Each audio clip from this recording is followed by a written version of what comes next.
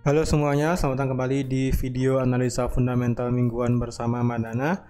Ini adalah analisa fundamental mingguan pada minggu ini yang berlaku dari tanggal 10 Maret sampai 14 Maret 2023. Seperti biasa, jika teman-teman suka dengan videonya, teman-teman jangan lupa like dulu videonya, subscribe agar belum subscribe, hidupkan lonceng dan di-share yang sekiranya memerlukan analisa fundamental untuk minggu ini.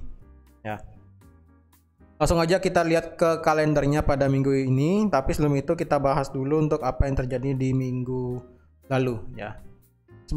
Untuk info juga bahwa untuk analisa harian pada hari ini itu ditiadakan karena hari ini itu market libur ya.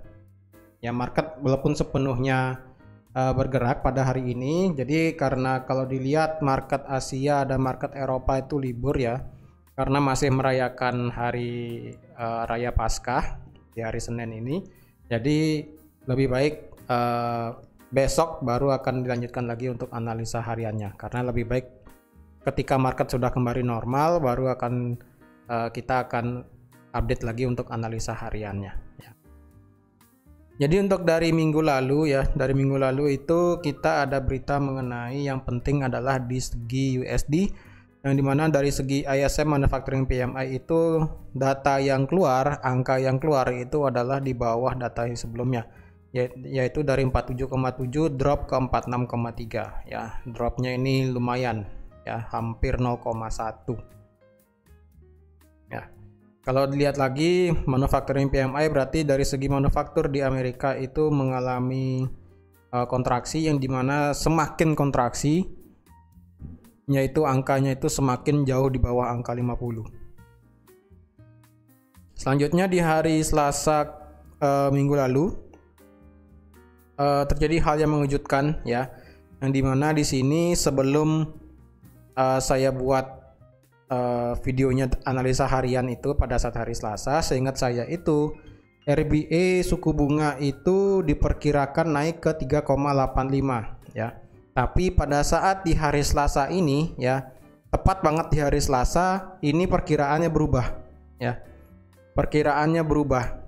Kalau teman-teman nggak percaya, mungkin teman-teman bisa lihat di analisa fundamental minggu lalu ya.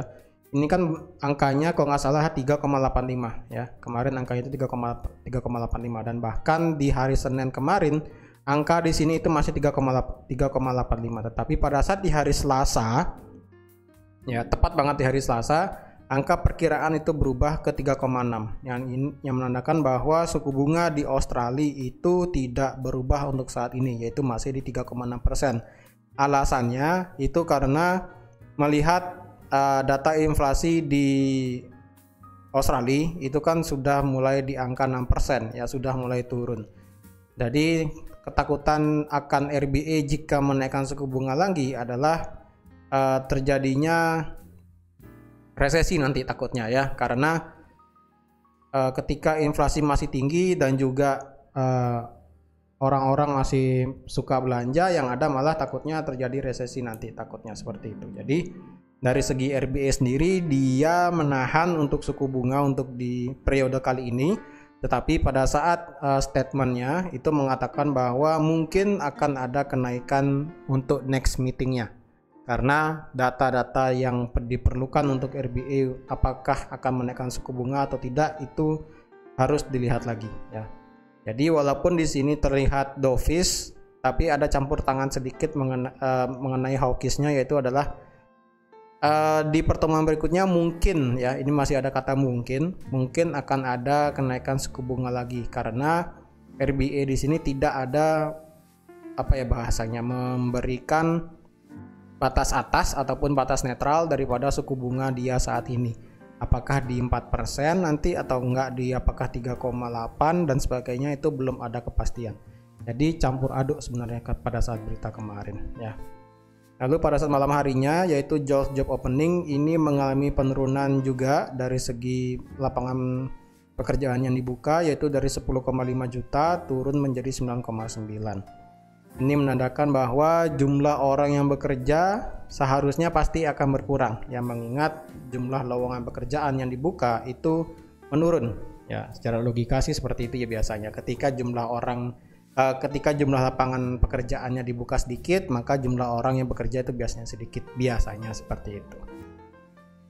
Lalu di hari Rabu kemarin, Rabu minggu lalu, untuk dari segi Reserve Bank New Zealand ini ada kejutan yang sangat luar biasa dari New Zealand ya, yang dimana Bank New Zealand itu menaikkan suku bunga sebanyak 50 basis point ya, dari 4,75 menjadi 5,25%.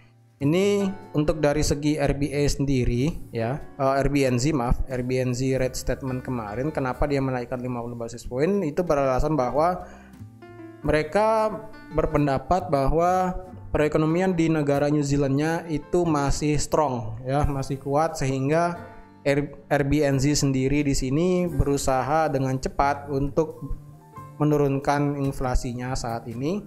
Ini untuk inflasi di New Zealand saya lupa sih berapa angkanya ya. Pokoknya masih di atas 5% kalau nggak salah ya.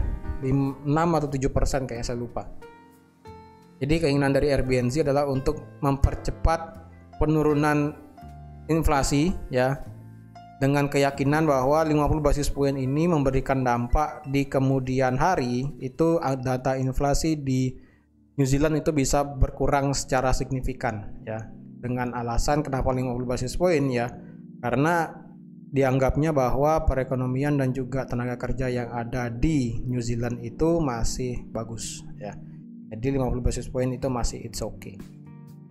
Lalu untuk dari segi sore hari ini adalah services PMI dari segi euro, yang dimana di sini hasilnya mix ya. Tapi yang penting hasilnya di sini itu dari segi services PMI dari euro itu masih di atas 50. Berarti ini menandakan bahwa mengalami ekspansi dari segi services PMI-nya di euro. Lalu dari malam harinya ada ADP non-farm employment change yang dimana turun signifikan banget dari 261.000 drop ke 145.000 ya. Berarti ini sejalan dengan apa yang terjadi di JOLTS job opening ya. Lapangan pekerjaan yang dibuka itu menurun, dan di sini jumlah orang yang bekerja dari segi sektor selain pertanian itu juga mengalami penurunan. Lalu di malam hari itu diikuti oleh services PMI ya, yang dimana services PMI di sini drop secara signifikan juga dari 55,1 drop menjadi 51,2. Tetapi perlu diingat bahwa berarti services PMI di sini dari segi Amerika itu masih di atas 50 ya, berarti itu masih ada ekspansi walaupun angkanya ini sudah mulai turun ya, mendekati 50. Dan juga dropnya itu lumayan tinggi dari 55 ke 51,2. Lalu di hari Kamis minggu lalu yang penting adalah employment change ya. Employment change yang ada di Kanada itu jumlah orang yang bekerja di Kanada ternyata meningkat dari 21,8 menjadi 34,7, which is good.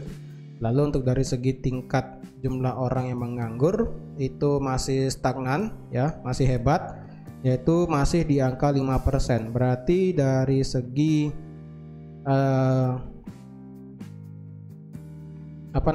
Kanada dengan suku bunganya, kalau nggak salah suku bunga Kanada sekarang berapa ya, 4,5% ya. Suku bunga Kanada sekarang 4,5%, berhasil mempertahankan tingkat jumlah orang yang menganggur itu stay di angka 5%. Berarti sudah 4 kali berturut-turut ya, dari Januari, Februari, Maret, April, data tingkat pengangguran di Kanada itu stay di angka 5%. Berarti itu bagus ya. Berarti apa yang dilakukan oleh Bank of Canada yang dimana dia stop kenaikan suku bunga itu ternyata berhasil. Lalu untuk dari segi tingkat pengangguran mingguan yang ada di Amerika itu ternyata meningkat dari 246.000 ya. Ini datanya direvisi ternyata ya. 191 ke 168 direvisi ternyata ke angka 246.000 ya. Ternyata benar ada manipulasi ternyatanya di sini ya. Revisi dari 198.000. Revisinya ini sangat terlalu jauh ya. Ini terlalu jauh nih revisinya, yang dimana teman-teman bisa bayangin dari 198.000 direvisi ke 246.000 itu sangat jauh ya. Kecuali revisinya cuma 200.000 itu masih it's okay lah ya. Ini 246.000 loh, jauh berarti kan. Berarti secara data terakhir ya 246.000 terakhir ya, berarti Maret tanggal 30 kemarin jumlah orang yang menganggur secara mingguan itu berarti sebanyak 246.000 dan diperkirakan turun menjadi 200.000 dan ternyata angka yang keluar adalah 228.000. Berarti jumlah orang yang menganggur itu berkurang sedikit ya, berkurang ya 18.000 lah ya. Lalu di hari Jumat kita nggak ada apa-apa kecuali NFP, yang dimana data NFP itu tidak terlalu memberikan dampak signifikan karena sekali lagi market pada saat NFP itu libur ya, karena menjelang yang namanya Hari Raya Paskah dan juga Jumat Agung ya. Jumat Agung di sini hari Jumat, berarti kan ada Jumat Agung. Dan kalau dilihat juga coba kita lihat kemarin ya, saya lupa kemarin. Tanggal 7 itu untuk dari segi NFP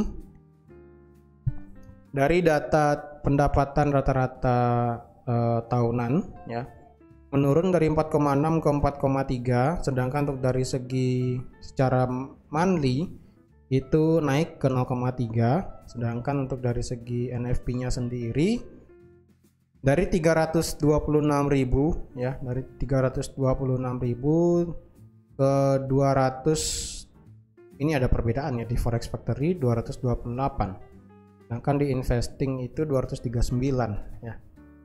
Jadi ada sedikit perbedaan sedikit di sini ya, tetapi mungkin NFP-nya yang penting itu sudah berkurang ya.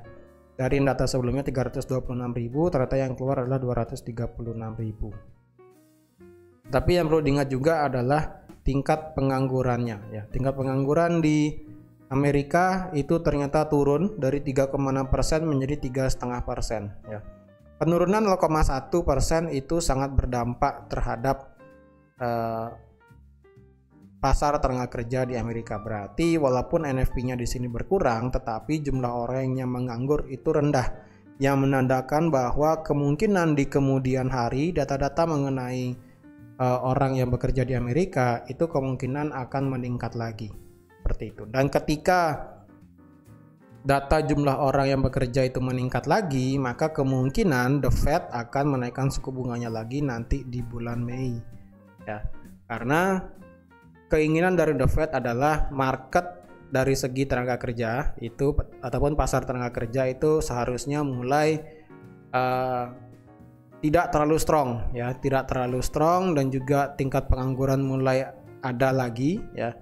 Mulai ada tingkat pengangguran meningkat, itu baru bisa dikatakan The Fed tidak akan menaikkan suku bunga lagi, bahkan mungkin akan memotong suku bunganya karena tingkat inflasi di Amerika saat ini itu kan masih di sekitar 6% ya. Untuk minggu ini ya, kenapa di hari Senin kita nggak ada analisa harian, karena sekali lagi market itu libur ya di hari Senin kecuali nanti malam ya.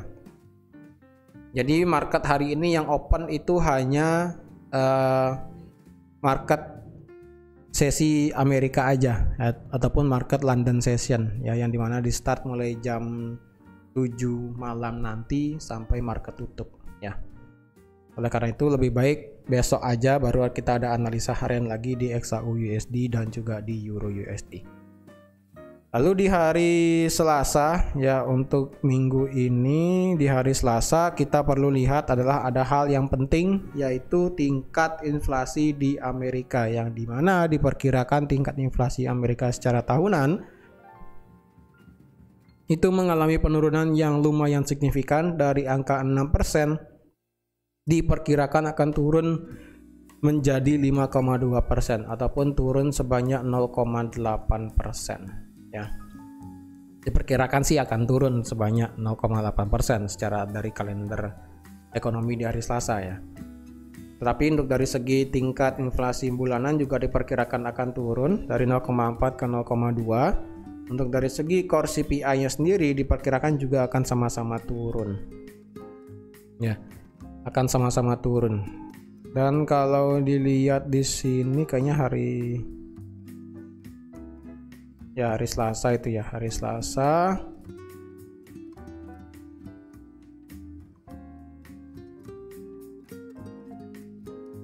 this week salah. Ya, hari Selasa itu kita ada inflasi di Amerika, mana dia? Kok tidak ada di sini?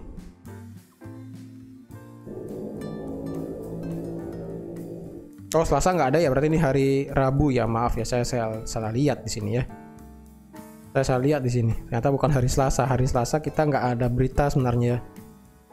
Hari Selasa kita cuma ada berita inflasi di Cina aja, lalu tidak ada berita sama sekali.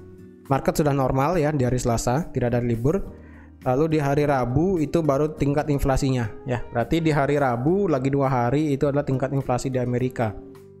Yang dimana diperkirakan untuk core CPI-nya itu meningkat ya, diperkirakan meningkat untuk core CPI sendiri dari 5,5 ke 5,6 secara tahunan. Lalu core CPI monthly diperkirakan akan turun 0,5 ke 0,4. Sekali lagi tingkat inflasi tahunan diperkirakan akan turun, dan tingkat inflasi secara bulanan diperkirakan juga akan sama-sama turun.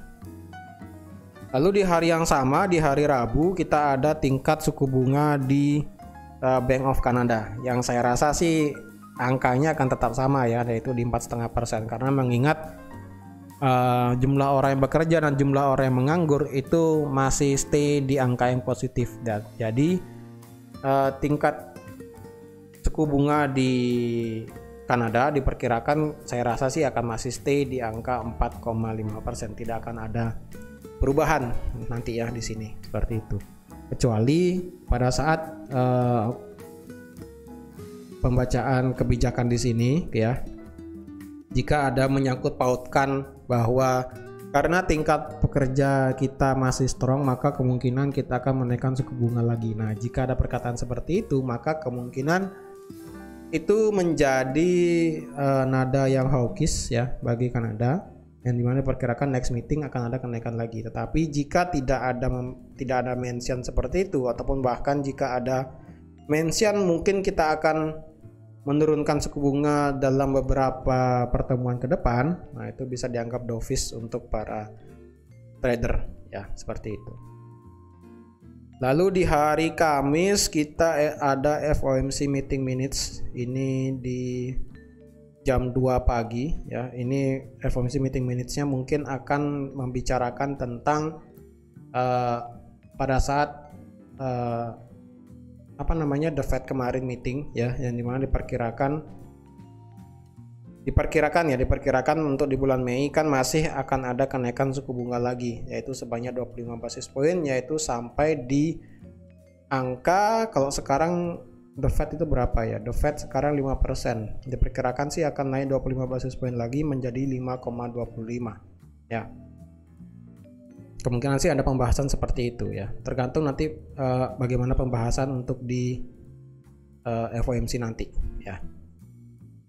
Lalu di selanjutnya ada apa nih? BOE Governor Bailey. Ada pertemuan IMF ya, berarti ada pertemuan IMF juga